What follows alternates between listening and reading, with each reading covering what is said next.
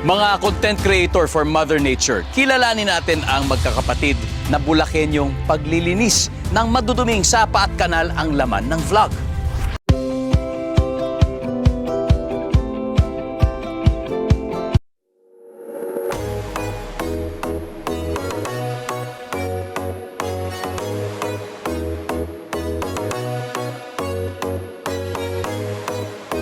Tapos minsan po pagka po may nakita po kaming ganitong lugar na halimbawa po ganyan, irigasyon na puno ng mga damo, kangkong o kaya kasi sa iyalan po yung mga basura.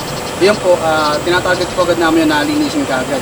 Kasi para po hindi na pagmulan ng baha kasi pagka nagbabara po yung mga basura doon, yung mga tubig po, nai-stack lang po doon.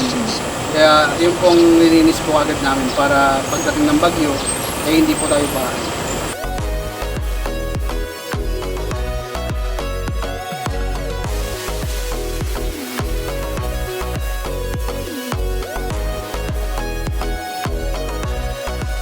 Ang nararamdaman po namin po yung pong malilinisan namin yung lugar na to. Kasi pagpunta po namin dito, makikita po namin yung lugar na parang napabayaan na. Halos puro parati na talaga yung kanal, halos stock na yung tubig. Once na malinis po namin yung lugar na yun, tapos makikita namin na umaagos talaga yung tubig. Sobrang tayo po namin magkakapatid.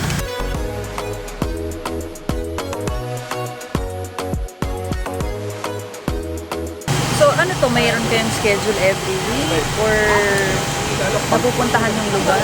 Pagka po may nakita kami lugar na marumi, ini-schedule po namin yun tapos pagka wala kami trabaho.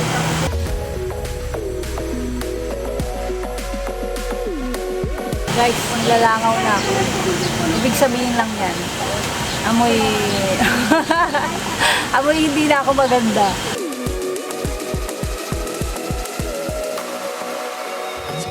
At nakakuha kami ng isang dosenang sako ng basura. O, kita nyo naman. Diba? Good job sa atin, guys. Grabe. Bait natin, especially sa akin. Ang galing. Ang galing ni ma'am! Kaya sa mga kapuso nating on the go, tutukan nyo ang live stream ng ating programa sa official accounts ng GMA Network, pati na rin sa YouTube at Facebook. At mag-comment din kayo sa ating mga kwentong amazing.